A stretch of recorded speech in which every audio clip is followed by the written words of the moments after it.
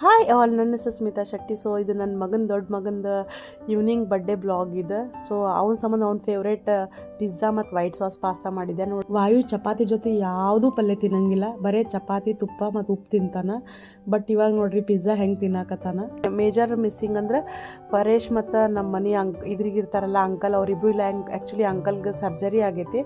So ಅವ್ರು ಹಾಸ್ಪಿಟಲ್ದಾಗ admit ಅದಾರ. ಅವ್ರನ್ನೂ ನೋಡಿ ಬಂದು ಹಿಂಗಾಗಿ ಭಾಳ ಲೇಟ್ ಆಯ್ತು ನಮ್ಗೆ ಬರ್ತಾ. ಸೊ ನಾವು ಫಸ್ಟ್ ಇಲ್ಲೇ ಡಿನ್ನರ್ ಮಾಡಿದ್ರೆ ಆತಂದೇಳಿ ಪಿಜ್ಜಾ ಬೇಕಾಗತ್ತೈತಿ. ಬರ್ಡೇ ಬಾಯ್ಗೆ ಇಂಟ್ರೆಸ್ಟ್ ಜಾಸ್ತಿ ರೋಬ್ಲಾಕ್ಸ್ ಆಡೋದಿತ್ತು, ಯಾಕಂದ್ರೆ ಎಕ್ಸಾಮ್ ಮುಗ್ದಿತ್ತಲ್ಲ ಅವತ್ತು ಭಾಳ ದಿನ ಆಗಿತ್ತು ಮಾಡಿರ್ಲಾರ್ದೆ. ಹಿಂಗೆ ಪಟ ತಿನ್ನತ್ತಾನ. ಇಲ್ಲಿ ನೋಡ್ರಿ ಕೇಕ್ ತಿನ್ನಕತ್ತೇಳಿ ಪ್ಲೇಟ್ ಸ್ಪೂನ್ ತಾನ ಹೋಗಿ ತೊಗೊಂಡು ಬಂದನ ಕೇಕ್ ಕೊಡ್ತಾರಂತ ಹೇಳಿ.